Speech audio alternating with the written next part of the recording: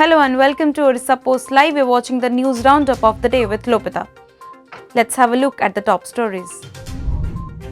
Odisha Chief Minister Naveen Patnaik Tuesday launched a statewide initiative called Sujal Drink from Tap to provide 24/7 drinking water in the urban areas of the state. Under the mission, more than 1.5 million people in the urban areas across the state will be facilitated with quality drinking water for the whole day. Patnaik said the initiative will be executed in a phased manner in other districts across the state. Drinking water is a key element for a healthy living. In many advanced countries, people use water directly from the tap as it is safe and pure.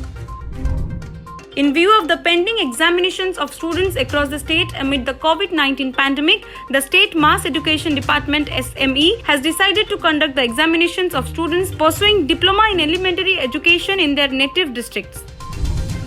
In a shocking incident, 2 persons were killed and 4 others were injured after lightning struck here in Cuttack district Tuesday.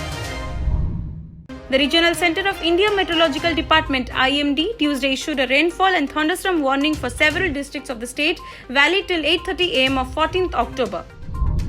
With the COVID-19 situation under control and puja festivities around in the district, people in Ganjam are indulging in unbridled gambling, which is considered a part of the puja celebrations.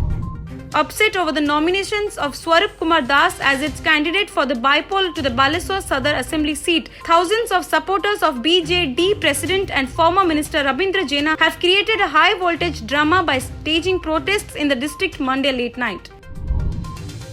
The timetable has been finalized for the Chariot Festival of Jajpur district's presiding deity goddess Biraja, as per the decision taken at a meeting recently convened under chairmanship of Jajpur District Collector Chakravarti Singh Rathore. The chariot pulling will be held between 3:30 pm and 6:30 pm respectively.